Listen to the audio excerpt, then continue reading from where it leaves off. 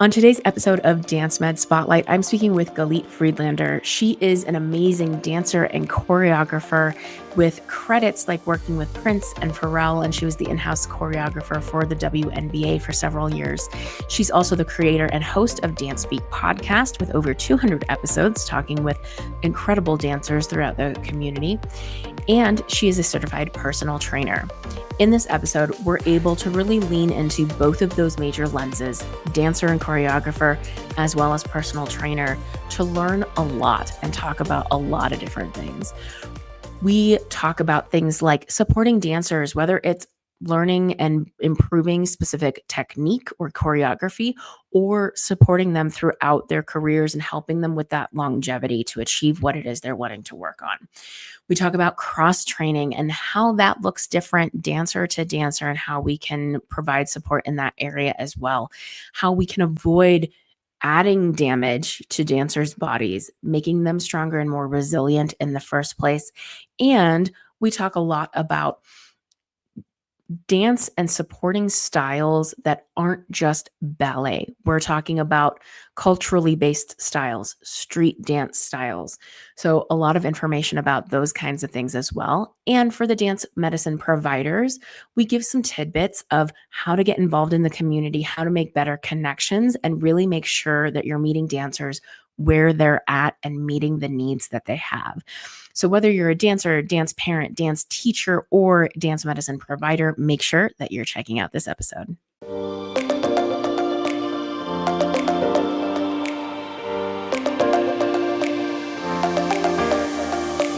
Welcome back to another episode of Dance Med Spotlight, where we talk about all things dance medicine and dance science. I'm super excited for my guest today, Galit Friedlander. Welcome. Hey, so nice to be joining. Thank you for having me. So my number one question for everybody when we get started, give us like the short story version of who you are and why you got into this world of personal training along with being a professional dancer. Oh, okay. The short story. I fell in love with dance when I was when I was like a preteen. And I was with dancers who had started when they were 2 years old. And I wanted to get better as fast as possible. And I knew immediately that you need to cross train, you need to do things along with the main thing to get better at it. However, I was mostly into hip hop and street styles. I did take some ballet and jazz, but I knew what to do for ballet and jazz, but there was nothing for hip hop and street styles that was out there. So I started getting into fitness and I kept on asking the questions to teachers like, "Hey, what can I do to get better at this with this?" And I didn't have answers. So that's where my journey started, and that was at this point over 20 years ago. Um I professionally ended up working as a dancer in LA, falling in love with teaching. I never knew I'd fall in love with it. I fell in love with it. And the whole time, I always had, whether I was dancing professionally or teaching dance, I always found like the best friend of it was cross training. And it was very organic. The things that I learned to do for my own body. And I know, of course, different bodies are different, unique, like snowflakes. But I was always sharing what I was doing, and it happened really organically that people started coming to me for guidance. And so that's when I got certified. I was like, okay, if I'm going to do this, I need to do it right. So really in conjunction with my teaching and professional dance career and choreographing, I was the whole time training other people and training myself. So I think that's did I nail all of the points on this? Yeah, I like it. Perfect. Fantastic. Yeah, I think that's awesome. And I love that you had this awareness from pretty early on of like, I need to do something outside of my standard dance training to support the goals that you had for yourself. Thank you. It actually comes from, I only just realized it. My mom she went to Juilliard for piano. Been in piano almost her whole life. She says her education started after, when she started with a technique called the Talman technique. And so my whole life saw the power of having technique, a specific technique to help with the thing that you do. So that's actually, I got it from my mama. Love it. Yeah. Mamas are fantastic for sure. Yes. So Give us a little bit more background of what sorts of things you've been involved in from the professional dance side, because I know you have more than a few impressive credits to your name. Oh, thank you. And I also totally left out that I've been doing the DanceSpeak podcast for 9 years, so I've also been continuing to ask questions in all the areas for the dance world of, like, how did you get to where you got? So, Yeah. wanted to clunkily insert that. Love it. What was the question again? Yeah. So share a little bit more about some of the things that you've done in your professional dance career, because you have done some incredible stuff for sure. Thank you.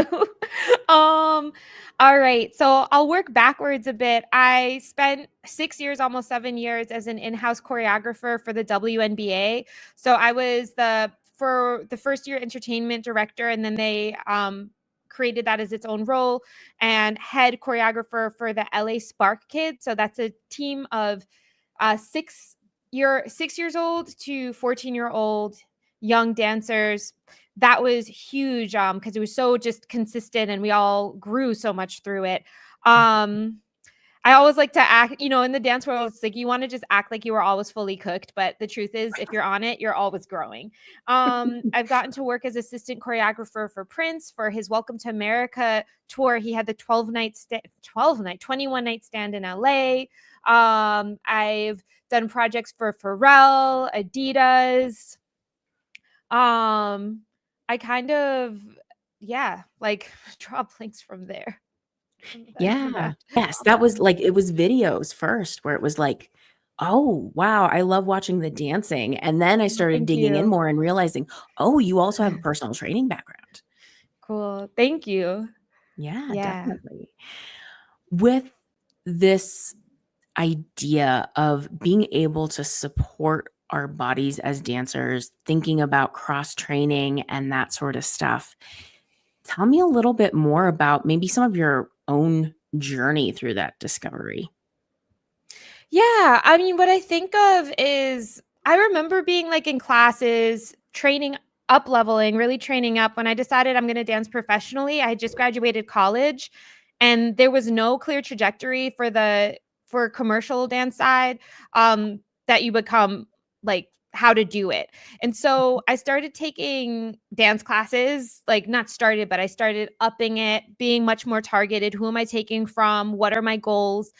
And I just remember, for instance, like whenever we were repeating getting like low to the floor, up those transitions, I always felt like, okay, my knee, and I was stressed out about it. I remember when I started booking my first jobs, I always felt like I was just pushing with pure grit to get through the Mm, job. And I knew that, like, okay, this is what the missing piece is. It's one of them. I need to be trained so well so that I can focus on my artistry and all of the other factors when I'm on the job or even when I'm in dance class. Like, I don't have to learn how to do my levels in dance class because dance, you're always going to have variations. You might work on one side, but not the other side. It's not looking at having an aligned body. mhm. And so I started looking for everything that was a weakness. I started looking at what's the corresponding exercise, and then the nuance of it is that you're like, okay, so let's talk early 20s in LA. You have dance gigs, you're running to auditions, you're going to class. I'm also like I have to earn money. It's not paying my bills immediately. Right. And even you can be on huge jobs and it doesn't mean that it's covering your bills past a certain point. So I was exhausted and I did not want to go to the gym. I did not want to overtrain my body. If I'm already feeling inflammation in my hip flexor, I have to be careful about that. So I started looking at what are the most efficient ways to train myself in between classes, in between auditions, so I can start to target it. Because one thing that the dance world tends to get wrong is it keeps on going repetition, repetition, repetition, but you might be just wearing something out and sometimes the mechanics aren't right in the first place. So it's Yeah, not that repetition, it's training smart in between. most definitely.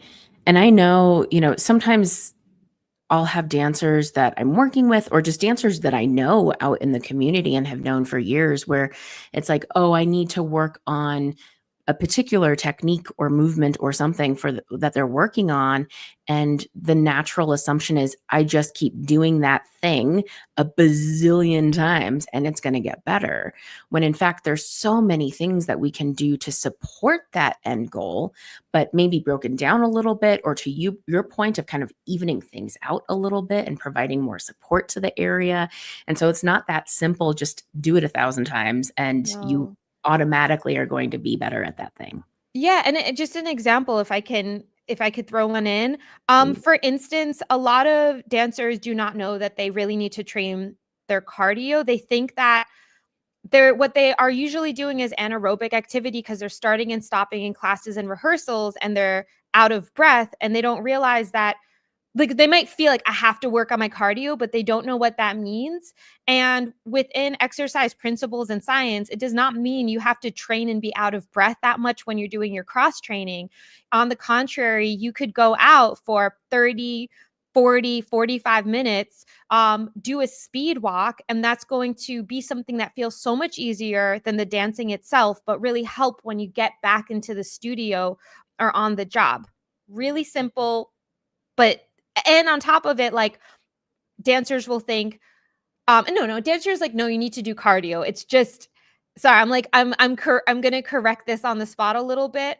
They don't always know what it means and that you don't have to run, because if you already are putting so much load on your knees, and knee injuries are quite common, and you might not have the proper running shoes, or even, like, you could just be causing more injury. The way that you want to cross train is minimal risk of injury because you're already um at a high risk when you're dancing itself. And so, again, a speed walk, maybe you like swimming, so something as simple as that can make a huge difference. Yeah, exactly. I know I was one of those dancers growing up where, you come off stage and it's just and Yeah. you've hardly done anything. It feels like, well, you've done a lot, but it wasn't really all that much all that long, and it's like, why am I so out of breath right now? This is ridiculous. And I mean, I remember when I was that age growing up, it was a much different thing of, we often were told don't do other exercise because it's going to train the Same. wrong muscles. It's going to give you the wrong look. It's going to, create a variety of other problems that weren't actually problems. Yep. And if I could, and then I promise I'll, like, when I was taking, so I remember one of my earlier classes that I was taking is jazz class. And this is around the time that I started cross training with a trainer at a gym. And the teacher was like, no, no, no, no, you get everything you need from class. And she was like, look at my body. It's so sculpted. And then she's like, you're going to get bulky. You don't want that. Now, here's the thing. The way that I was training and the way that I'm built naturally, it was starting to inhibit my movement. And that's where the other piece comes in, that all training is not equal and there are different fits that are good for different people. So if you're hypermobile, maybe that more weight training is going to be really beneficial for my body type. I really find going to what feels like 60 to 80% of my max strength.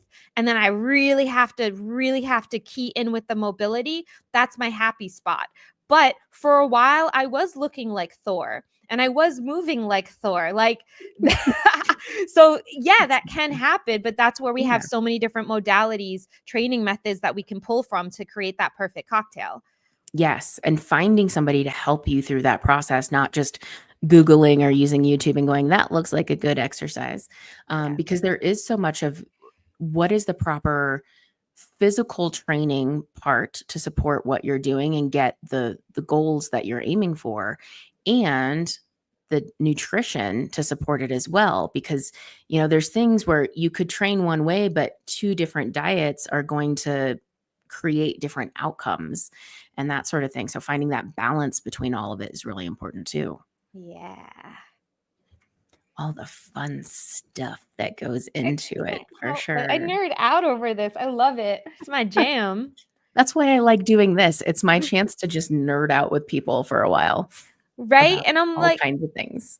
And I'm like, y'all, if you don't love, if this is like feeling like French, that is okay. Like, all of the nerd out components lead to the thing that's going to be really exciting for the dancer. Like, don't we just want to move and feel free and express and feel good in our artistry? Yes, and I think that point is exactly it, that freedom in artistry. When your body is well supported, whether that's physically, mentally, through nutrition and fueling, whatever, you do feel so much better and more free to do the things you want to be able to do. I know, like for myself, when I have done more to work on, like I have some different injuries over the years, things to support those areas that I know are kind of my weak spots because of just the history there. I feel so much better. And, when I'm at some of these swing dance competitions that seem to go 24 hours a day, depending on what you want to participate in, prioritizing some sleep and getting some real food and not just eating cup of noodles the whole weekend and energy drinks, you feel a lot better when you're well supported in those ways too. Oh yeah, absolutely. And I'm right now in a phase where not a part of my life where a lot of time is spent with the work that I do. By the way, is the background crazy right now? Oh no, you're good. Okay, perfect. Whereas when I was hustling as a dancer, there was like more time to socialize, go to the thing, maybe sleep in. So even though you're working hard, you have more windows because you haven't yet clicked into that consistent work. Now I'm working, I'm doing more things in teaching, leadership roles. So it's like I'm basically siloed. So I'm not dancing as often as I'd like. So every time I'm getting to class, it's like the first class in a while. And because I've kept around, I do a moderate, in my opinion, a moderate, consistent, but moderate amount of exercise. People think I exercise all the time. I'm a day and nighter. I Mhm. don't. I'm just efficient. And so when I go into dance class, like I was just visiting New York, I jumped into ballet. It was maybe the second class of the year, the first class in months. Um, I knew exactly, first of all, my core, it knew exactly what to do. And I knew, okay, my hip flexors tend to overactivate. So then when we're, doing our développés, I'm going to keep it to a low 30-degree angle. And I was able to engage muscles and tap in into a way. And it felt so good in a way where now I can jump into dance classes, do it relatively safely, and not just go down in like physical flames and be miserable because I've kept up my exercise. Yes. Yes. It's all about that preparation. And I'm sure, and I mean, I can't speak to this specifically, but I'm imagining that in the life of a dancer, there can be so many things where it's, maybe a job suddenly pops up and they need you in a few days or, something like that where it's you don't have the time to go, oh, I need 3 months to prepare for this thing that's coming up. It, like, never happens. I think most of the jobs I did, sometimes I booked it the day of. That's what one of the things that started getting me to wake up earlier was not missing the text to book it. I mean, my first job I ever booked was a flagship Adidas store opening. I was 16. I remember I was sick. So I say this proudly, but like, no, now we're not trying to push through being sick. Rest up, treat your health. But all these things. And I got a call in the morning. A dancer, I can't tell you how often this has happened. A dancer has dropped out. Can you show up? Or we just got the call. Usually I was booking like the day of, the week of. It never was enough time. It was never enough time. Yeah. Like ever. So Yeah. yes, absolutely. That's what the professional world is usually like, with few exceptions. Hmm. Yeah. Got to be prepared. Keep it going. Stay ready so you don't have to get ready. Yes. Now, one thing that I know you shared is sort of like a hot take idea that I love is this idea of there are things that we're doing that are kind of creating some damage for dancers' bodies and where we have some missed opportunities to be able to step in and support them. Tell me a little bit more about this idea of like finding that balance between how we're doing some of our training in class maybe and that sort of thing and how we can support. Yeah. Okay. So the first thing that comes in mind, because I'm right now preparing, I'm going to be teaching a hybrid class for Chicken Nugget University Fill Rates program. And so it's exercises for excellence. And I'm doing a mix of like dance excerpts and how we can apply it. So a Mhm. common thing is levels.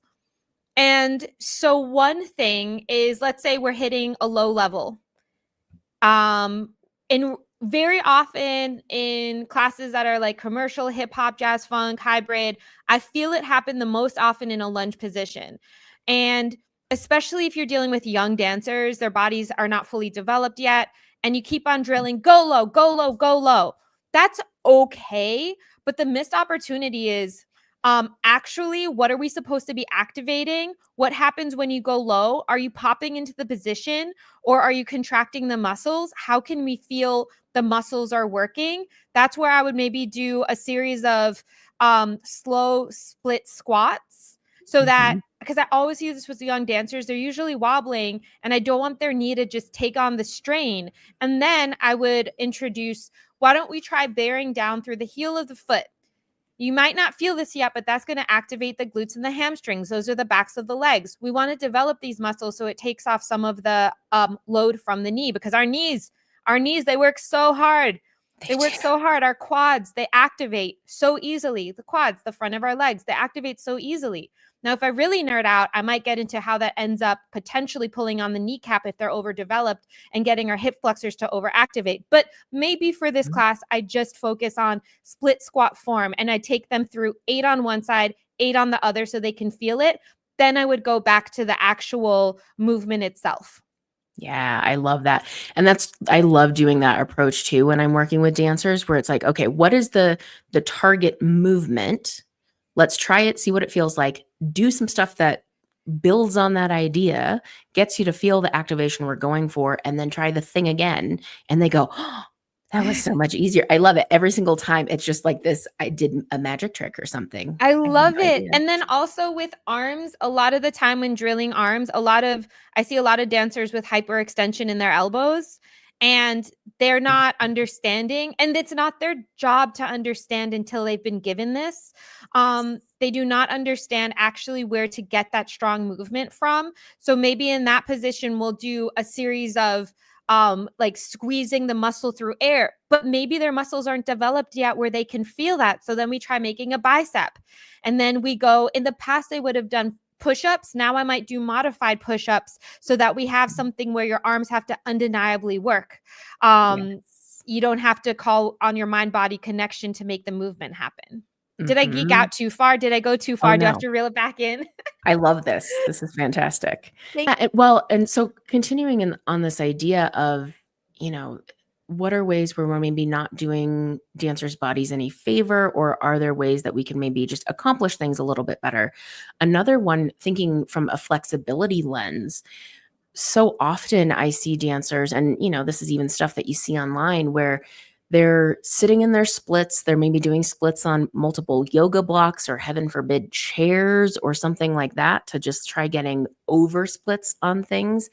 And I mean, it's like they're just sitting in them, hanging in them, as opposed to learning to still have some muscle activation to support them if they do want to get into more extreme flexibility, to at least do it in a more safe manner than just hanging out and letting things go however they're going to go.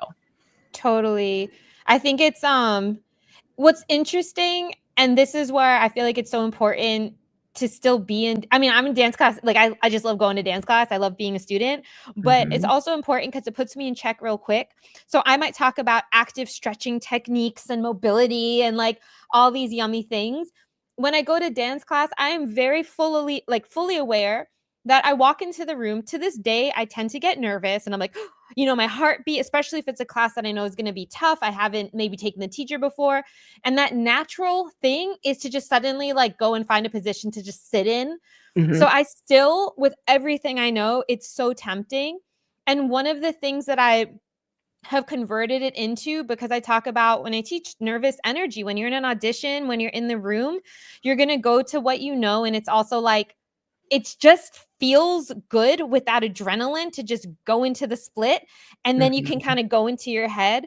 So instead, I have like 2 to 3 activating stretches that I go into. So my brain is going to that. My nervous energy, and not everyone gets nervous, but my energy can now go into like, I know I brought it up before, but like a really good split squat where I'm stretching that hip flexor and starting to feel where my quad is at, activating Mhm. activating the muscles above the knee. Do I feel my center? All of that gets my muscles to start warming up and to also start activating in the range of motion that I'm most likely to use in the dance class itself. And then I got certified in animal flow a couple of years ago. I love Mm, animal flow for dancers. yeah. I love it so much. And so I have a couple of movements from animal flow that I love to do at the top of class. That's awesome. Yeah, I'm always like when I'm at the swing events and stuff, I'm often the one waiting in line to go out to compete and doing, releves and some squats and some different like balance hip dip things to activate some hip stabilizers and just things that I can kind of do in very little space to get things going. So And smart. everyone else is like, "What are you doing?" But it's like, "Yep, it's fine. I'm a PT. This is just what I do." Um, Sometimes saying that will even like connect, make a new friend, kind of like, or maybe it gives them permission to do their mhm, favorite thing that feels weird. exactly. Let's kind of change lanes a little bit here, and talk a bit about going back to your professional dancer lens. How can we kind of bridge that gap between serving dancers and making sure that they're prepared for the reality of what it is to be finding jobs, taking classes in big cities, all of these different things to be prepared as a dancer? Such a good question. Okay. A couple of things. Micro and macro. I would start with as a provider, but I'm taking from my dance lens. This is what I would want a provider to do. I would hope that they would do, but not maybe even want to dare ask. If they are looking at, okay, as a dancer, I would want for them to understand what the dance forms I do require, because it is Mhm. so different what a ballet to contemporary dancer will need from a house dancer, from a breaker. Also, the needs um are going to be different if you are looking to do more commercials. Music videos are not as much of a thing, but film and TV versus tour. So I Mhm. I remember going to a physical therapist when I had a knee problem, and this was years ago, and he didn't know what hip hop was. He was like, "How did this happen?" I was like, "I was in hip hop class," and he was like, "Hop hop," and he started hopping around the room, which is like hilarious but really sad because I didn't know what was going to happen to my leg, and I was like, "He has no idea what I need this for." So Yeah. understanding the dance forms that you're doing, even if it's like almost perfunctory, and then also looking at what is the body type of the person you're serving. So I've had before, dance teachers, professionals, yoga teachers, always so surprised that I'm not more flexible and treating me as if I were a more mobile dancer. And I'm like, no, my needs are Mhm. different. I know my body. Even if I had no background in personal training, I would know that I am tight, I am stiff easily, I run strong, and my sometimes the wrong muscles activate. So just really understanding the requirements of the dance form, the body of the dancer, because not all bodies are alike. We're not all built the same. And there's this idea of the archetypal dancer that you're super bendy and just graceful. And it's like not necessarily. And then the next level is looking at, well, what are your goals as a dancer? Mhm. Because for me, I mean, a lot of the things when I was dancing really professionally, I didn't understand really until after how I should have been training even better. So Mhm. if I need to go full out for a stage performance, extend all of my energy, I'm going well beyond half an hour, it's on and off again. What do I need to do to train properly for that so that I'm clean? I have precision in my movement, so I need that strength. But then also, and you have adrenaline when you're performing, that's a whole other thing. But the needs of that. So I would say those are optimal. And then one really big missed opportunity is Mhm. if you are um, assigned female at birth, or I'm going to say, or a woman, um, where you have a cycle. I did not understand this, even begin to understand this, besides just being like, oh my gosh, I'm dying of cramps. There's such a missed Mhm. opportunity and us understanding better how to train ourselves, the timing of it, and then things we can do. If you need to perform and you have horrific cramps, your lower back hurts, how can we protect it? So those are like four things that just come up top of mind that as a Yeah. professional dancer, you really need to be understood. Hmm. Well, and I think something that just popped into my mind too, as you were talking about, especially that last part, is, not only learning how to kind of work with our bodies with these different cycles, but even kind of phases in life, like when kids are first going through puberty, or when maybe women are around pregnancy and postpartum, or um, going into perimenopause, menopause. Those hormonal changes in a person will impact how the body is performing, how the tissues are holding up to things, and what training maybe should look like, and be a little bit more supportive. One of the things we sometimes talk about, specifically about point, for example, is if we Mhm. have a young dancer who's dancing on point and they're going through a big growth spurt or something like that, maybe that is not the time to do a bunch of new stuff learning on point. Maybe even take a break from it for a week or two, something like that. Let the body kind of catch up to things, and then go back into some of your training. But like, honor what our bodies naturally want to do and learn how to support it well throughout all of that. Amen. Yeah. Yes.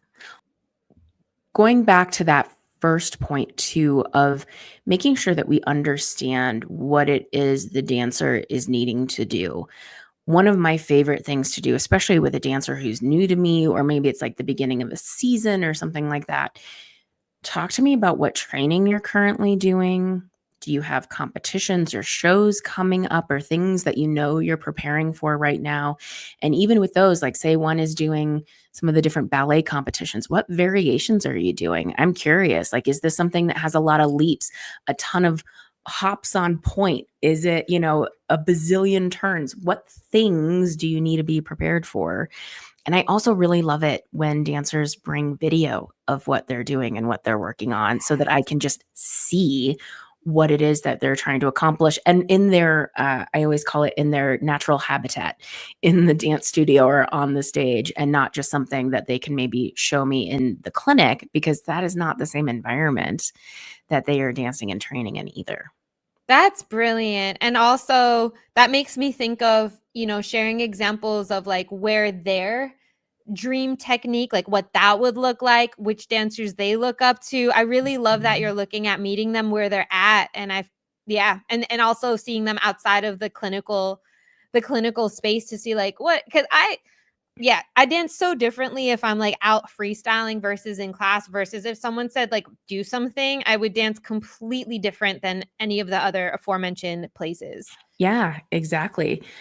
What was it that I was the other day I was actually in one of my swing classes, and it's a more advanced class, so it's a lot of theoretical stuff that we're learning to apply in a way that's meaningful for us as an Mhm. individual dancer. It's not, you need to execute this move exactly or whatever. And at one point the instructor says, show me something that's an 8 count for this. And it's like, I don't know. I've got nothing. But just turn on the music and let me do my thing, and I am good to go. But yeah, I mean, that environment piece is so important. And it could be that you have a dance studio space that you have access to as the clinician, but you're asking them, okay, go in and show me this thing real quick, just this single move. But when they're on stage at a competition or at a performance, adrenaline is going, the lights are there, the audience is there. The way that they perform that is going to be totally different. Yes. I want to see all of it. Yeah, I love it. I want to go back to something else that you mentioned early on too, just from your own experiences, thinking of, you kind of knew how to support yourself with your ballet training or different things like that, but when you were getting into other styles, there was kind of this gap of like, well, now how do I support these things? Let's talk about that a little bit more, moving away from just, we're always talking about ballet, and I'm going to call myself out, I just gave several ballet examples. I But love it. how do we support other dance styles as well? How do we support? I think it's really looking at the dance and the culture of it. I mean, the optimal would be if I were going to a physical therapist and they understand like like what a full out whacking freestyle looks like, or voguing, or like hip hop, but real hip hop, or house, or popping, I would immediately have a vocabulary I can use, reference points, and I feel understood because I'm very conscious, and I love my community of, dance specialists, medical practitioners, and I'm acutely aware it's very clear that it's very steeped in ballet, and it is, and that's great, and that's needed, and it extends well to jazz and all this stuff. And I hope this doesn't sound, but it's like I'm aware that it feels othered when we get outside of it. Is that okay that I Mhm. said it? I hope, Yeah, am I like alienating anyone? go Okay. for it. No, go for Um, it. so what am I saying? So what are things I think, like like looking at the movements, even if it were for like hip hop, and I'm saying like starting at square one, and it's like hip hop, um I would look at Elite Force, Mop Top, looking at like Buddha Stretch, Link. I know it's more than just them. Like they have hip hop vocabulary. This is great for dancers as well on YouTube. Mhm, And so even just looking at like what's the vocabulary of the movement, looking at the pioneers of the different dance forms. If you're looking at house, like going through, because it's a freestyle dance form, it's not codified in the same way that ballet is. House, mhm, it has names of steps, hip hop, whacking, not as much. So I think really just looking at like the underground videos and go on a journey with it. I think dancers nowadays need to do it as well, where you're looking at the origins of it, what it yeah, looks like optimally, but then also what does it look like when it's gotten watered down? What does it look like when it finally makes its way further and looks kind of like something else? I think just looking at the movements, because you'll be able to, I think, and one might need to slow it down if it's a completely different language, but like slow it down. It can be done on YouTube.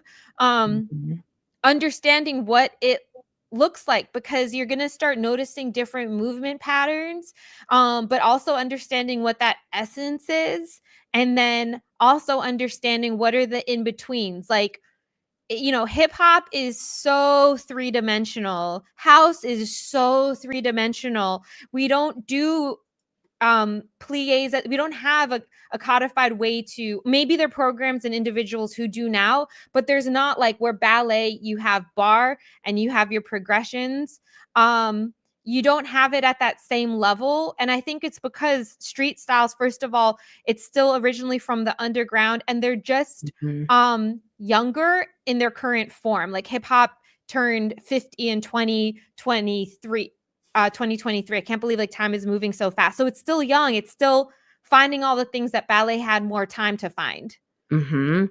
And I love that point of kind of going back to the original, to the origins of things. Um, and it does inform so much because and you can see some of the different influences that have happened over time. One thing that always sticks with me is I went to a dance education conference and was taking classes that they had in different dance styles, and they always make sure to have exposure to some very non-traditional styles. It's not just ballet and tap and jazz and that kind of stuff. They have like upcoming in a couple of weeks, there's going to be Tahitian dance and Yes. Persian dance and, other things like that too. I took a class that was Afro-Brazilian something. I can't Yes. remember Love exactly what that. it was, but she was giving some of the history of these were movements that were created by enslaved peoples who were living in like mud huts essentially, and they were turning chores into a dance to make it a more enjoyable thing and had a rhythm to it and a song to it. And so their rhythmic stomping to stomp down the mud and the dirt in their home to pack down the floor is where this movement came from. And first of all, it's fascinating Love to that. learn that history and appreciate where it came from and, honoring that. And it informs my movement of like, okay, instead of being on a dance floor, if I'm thinking I'm stomping dirt and trying to pack it down, I'm going to move differently than if I'm thinking like a stomp in a tap class or something like that. Yes. And what you're saying, like to expand on that also, is if you're when we're understanding, and this just works beautifully in dance as well, when we're understanding the roots, it also starts to kind of, I don't know, like unify in some way. So understanding that, to your point with like Afro-Brazilian, a lot of the slave trade, it happened out of West Africa. So you have a lot of strong West African roots in Mhm. Afro-diasporic dances. So if you want to go in and as a practitioner who has different types of dancers, even going to one of the roots, West African dance, can look at like, okay, what are the movements? What are the different positions we're in? And that could be a great place to work from to strengthen build that Mhm. will feed itself into the hip hop, into the house.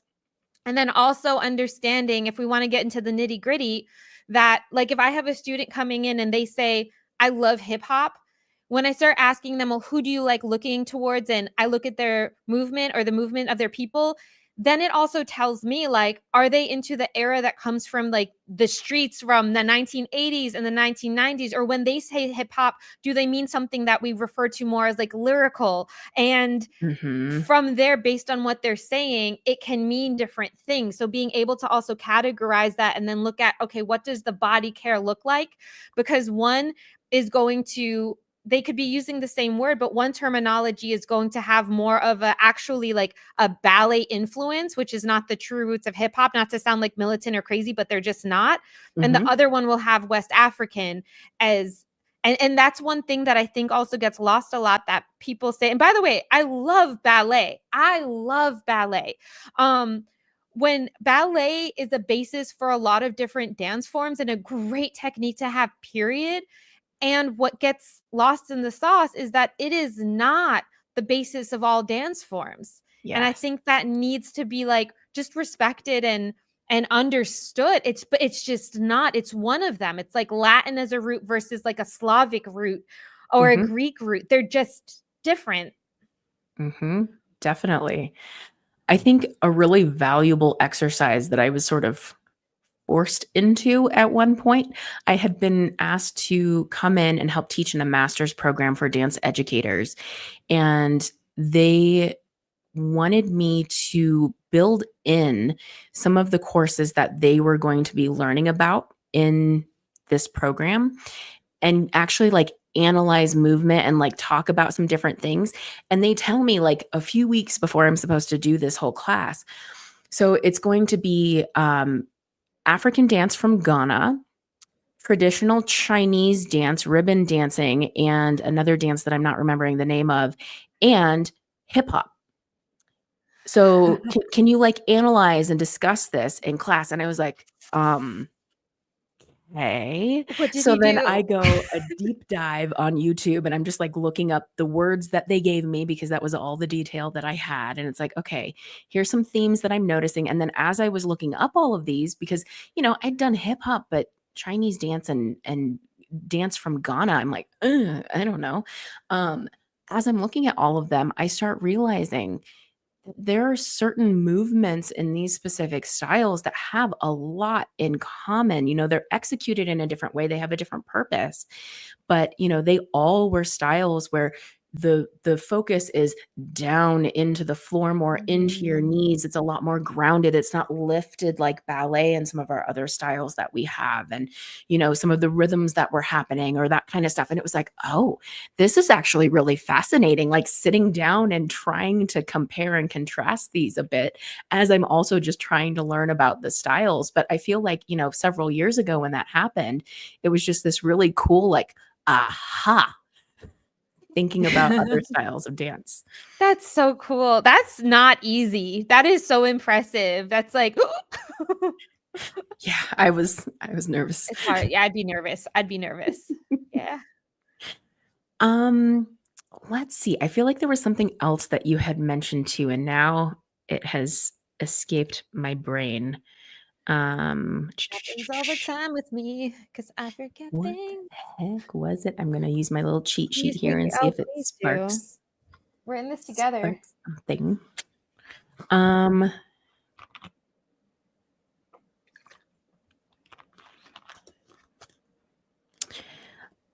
all right. So we've we've talked about some things more from the professional dance lens. We've talked about things from your training lens, and had some little tidbits too for like medical providers who are listening of like, hey, here's some things that maybe you could work on. I want to dive into that a little bit more. Thinking about medical providers who are supporting dancers in some way, do you have any suggestions, even questions of like, how do we do a better job of reaching out to dancers, creating some of that communication to be able to support them in the first place? Um, because I know sometimes there has been some not such great history between dancers and providers. You kind of hit a little bit earlier of like, if you have somebody who really doesn't understand it, it's like, how is this even going to go? Do I even want to come to a follow-up appointment? Like, I don't know about this, so I'm just going to take care of it on my own. How do we bridge that gap, especially as we're trying to establish some of those relationships with dancers? God, what a good question. I think it's so hard because there's so many, I don't know if I'm allowed to use this term anymore, blind spots. Yeah. Okay, I can use spots. So there's so many blind spots because dancers don't know what maybe they need to know or what they should know about providers. Providers on the same side, it's just there's such a disconnect and so much potential for like it's like such a love match at the same time that is just waiting to happen. I think educating dancers on first of all, just like what do we do and what do we not do? Because often dancers do not know who they should go to for their ache and their pain. And even saying, like, if you're not finding it here, you might find it over there. Like, if you don't find it with this type of profession, you might find it with another. I like Mhm. doing that with, like around personal trainers and telling people, like, and I mean it, like, you don't have to train with me. Even if you don't, like, I want you to be empowered and equipped with knowledge to find an excellent match of a trainer. Mhm. So I think even just knowing like what does an osteopath do? I don't know. What does a chiropractor do? What does a physical therapist do? What does an internist do? What does a like at what point is it emergency? At what point might you want to consider seeing one of these specialists? Because what you know is that that little ache and that pain that the dancer is going to push past should probably be seen way sooner. Like it's usually the dancers being seen once it's critical. So I think that there's a gap Mhm. where it's just even educating, having like a fun handout, infographic, talk around it, and going into that place that might seem like we don't do that. And not only talking about what you do, but even talk about, like, I tell people, and I know I personal trainers do not go through it like the training that physical therapists or any doctor does. And I'll tell that to dancers and I'll be like, this is where we're awesome. And this is where a personal trainer, like very often, personal trainers might start giving advice that is out of scope. And I'm like, so this is Mhm. where I can't really answer your question and you might not be satisfied, but here's the best I can do and who now you might want to be referred to. Yeah. So that I think getting into, I mean, this kind of gets into like market research, but like what are the needs of dancers? What are the needs they know they have and what are the needs they might not know they have? And speaking to that, Yeah. um, is it that they want to win at the competition? Is it that they want to, I know for me from a young age, and I don't know if this is weird, I was very aware that I want to dance forever and at least dance and dance really well into my nether years. And I had Mhm. a fear that I would start dancing poorly. And like that, if someone was like, hey, I'm going to teach you how to dance really well through these exercises, I would have been like, yes. So I think it's bridging that's just one guess, bridging the gap with educating. And can you say the question again? Because there might be one other thing. Yeah, so just kind of like how do we bridge that gap of like we know we can help, dancers are out there. How do we sort of convince them like come see us. We can help you. One other thing. So I think, yeah, so educating on just what you do and the whys, and like maybe even like different regions. Like this is where you want to consider seeing us and get ahead of the game. This is the sweet spot because budget might be a consideration, and this is where it's like critical and you have to come. So I think there's opportunities for that. And the other part is I think there's a great opportunity for, and I don't know if this is happening, for different specialists to maybe like create an agreement, go to a dance program, and let's say a physical therapist, like you might be doing this already, like do a day of assessments. I remember a studio out here did it, Creative Minds, when they were open. It was one of the losses of the pandemic, but Antoine Troupe, Kalani Marks, they have their own programs now. But I remember they had a physical therapist coming in one day just to assess, and I'm like, brilliant.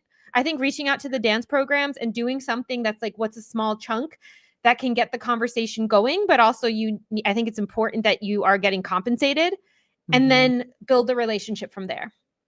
Yeah, and that is just it. It's that relationship, it's consistency. It's, you don't show up once and hope that's enough. You don't just post one thing. I mean, it's true for Yes. anybody doing anything, but you need to be consistent and build those relationships, and then things will start to happen. But you got to put in the time and work for it too. And also, I'd be curious from you if this has been tried and this ends up not working out, because I know dance studios are probably over inundated and like running all over the place, trying to make their dancers happy. And I know competition world is huge right now. Mhm. If I were like poof running a studio, I would love if there were like different medical professionals that were pitching like a 1 hour workshop for students and parents that are really getting to our biggest pain point. It's Mhm. on the provider to do research and really find like, what do these studios care about? What are they missing? And then to have it in a way that's like really easy to say yes to, so that you start having more of a crossover. Yeah, for sure. And there's a couple of ways to think about that too, whether it's, creating a good pitch for getting in the first place, of like, just starting that relationship, that very first step. Or maybe you already have a relationship with some of the dancers, some of the teachers, the studio owner, who knows, and you start noticing, oh, everyone that I'm seeing right now from your studio is coming in with hip stuff. Maybe we need to talk about that. Or I'm seeing a trend of something else. Everyone seems to be under fueling. Maybe having a dietitian come in to talk with people would be helpful for you. And so Yeah. that's a way where we can also kind of advocate for the dancers that we're working with when we're seeing those trends of, here's a way that I can support because I'm noticing this. Yeah, and then also I think building the networks, I'd be curious, like Alyssa, like if this is something that is really common from your end. For me, like I've been involved with Doctors for Dancers for years, and one of the most wonderful things is actually networking with other providers and specialists that work with dancers, because Mhm. maybe like Alyssa, you're working with a studio and you're seeing that there's something outside of scope that they could benefit from, and you bring someone in and then they bring you into their places. I think that starts educating these places on the plethora of options, well-rounded, and then more of us can get to more dancers. Yeah. And my biggest thing always is, and I mean, one of the reasons that I'm doing even this podcast is an opportunity to lift other people up and give them exposure for things. Because I mean, I don't care if somebody never ever books or buys or does anything from me, but if they're listening to this and they go, oh my gosh, I really loved your guests' discussion on something and I now want to work with them, fantastic. You just got connected with somebody that can help you. And yeah, I'm all for that. And I think, as providers, there are so many dancers of different genres, ages, skill levels, points in their career, different types of support that they're needing. We have no need to like fight over people or worry that somebody's going to like steal a client from us or whatever. There are more than enough to go around, and let's support each other and help each other out and just like get the knowledge out there so that the dancers get the support that they need. That's ultimately where it needs to be. Yeah, I've been this has been something I've been speaking on more lately. The most work I've ever gotten to this day has been through peers. It's been laterally. It's not been somebody handing out something from up top. Love that. It's rarely but sometimes it will be a student who recommends you, someone that you worked with or mentored, but most often they will not even know that you're up to do that position. It's laterally. It's someone needing someone to fill in, and it feels good. It feels good when I can refer someone to something. It is very real. I do understand though, like it can feel competitive, especially when it's niche, but Mhm. it's not true. Like the dance world right now, I think the biggest thing is having dancers and studios understand the importance, urgency, and hotness of having your bodies taken care of. Yeah, 100%. At this point, I think it's a good opportunity for a special segment on the show.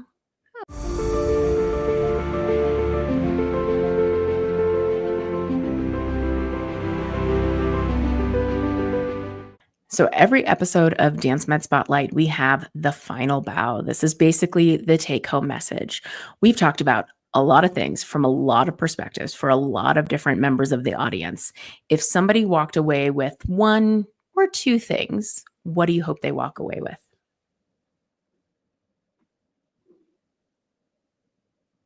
I'm thinking like what would be the perfect thing for the dancer, for the practitioner, for You can do one per, like there's okay. options. For the dancer, that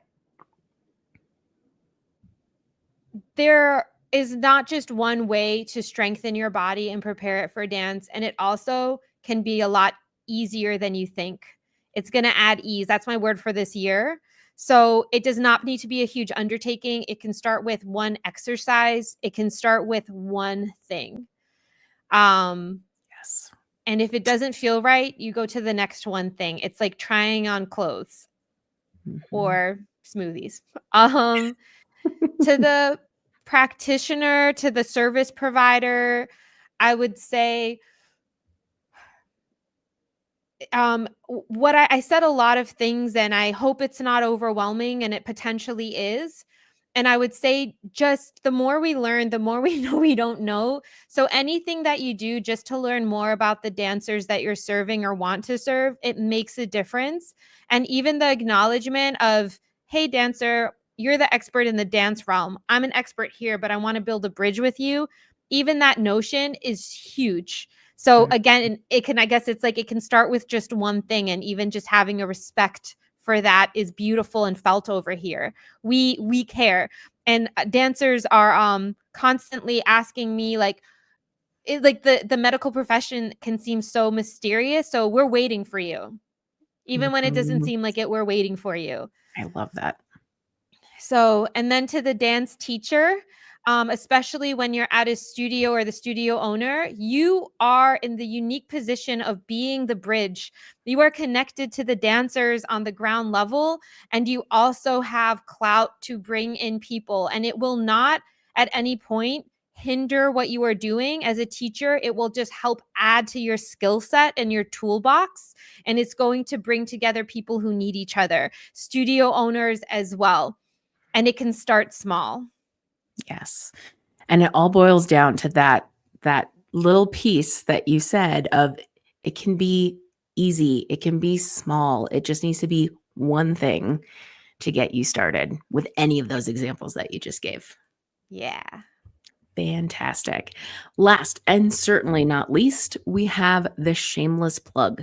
So, Yeah. quite literally, your opportunity to talk about whatever you have going on, whatever you want to promote, an organization you're supporting, whatever. This is your time. The floor is yours. Love it. And these are all things that the listeners can benefit from.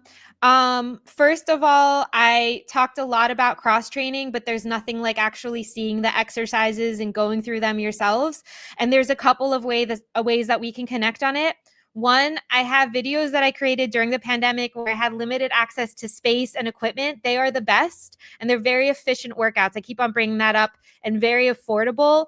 You can sign up for them. They're on-demand videos at gogalit.com. That's GOGALIT.com. Click on online courses. And then I also have a secret library of videos that I'm going to start putting up a la carte. We can connect online for personal training sessions, consult. And I always tell people, I think everyone ought to have at least 4 sessions in their lifetime with a personal trainer, just so they can understand the form of what they're doing and what's supposed to be Mhm. activating, what's a good fit for their body. For dance studios, dance parents, I would love to come to your studio. I'm located in Los Angeles. I'm in New York frequently, and I can also travel. I'm a mobile person in terms of flying. So reach out to me. You can reach out to me on Instagram at GoGalit, GOGALIT, or my email, Galit, GALIT, danceslander@gmail.com. But Instagram's the easiest. Just send me a message and a comment on a post. And then last but not least, for everyone, the DanceSpeak podcast, it's unfiltered organic stories from inside the dance world. So I have a lot of dancers, choreographers, specialists, but it really gets into the actual like nitty gritty. Some of the episodes are talking more about the culture from the pioneers who have lived it. Some of them are the people who are on tour right now. It's such a mix. And so there's nothing like it's long form listening to someone's, it's like purely getting into the dance of it. DanceSpeak podcast, DanceSpeak, one word, on Apple Podcasts and Spotify. Those are my plugs. Fantastic. Lovely. Thank you so much for your time today. This was a fantastic conversation. Thank you. You're awesome at this. And you're so like chill and grounded and paced. I love it. I really, really love what you're doing. And thank you for asking me all these questions where I can really pull from one side to feed the other.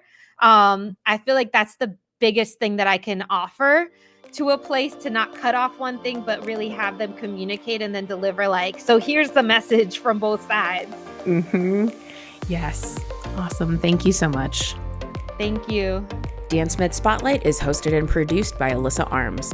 We discuss all things dance medicine. This has been another episode from Dance Med Spotlight.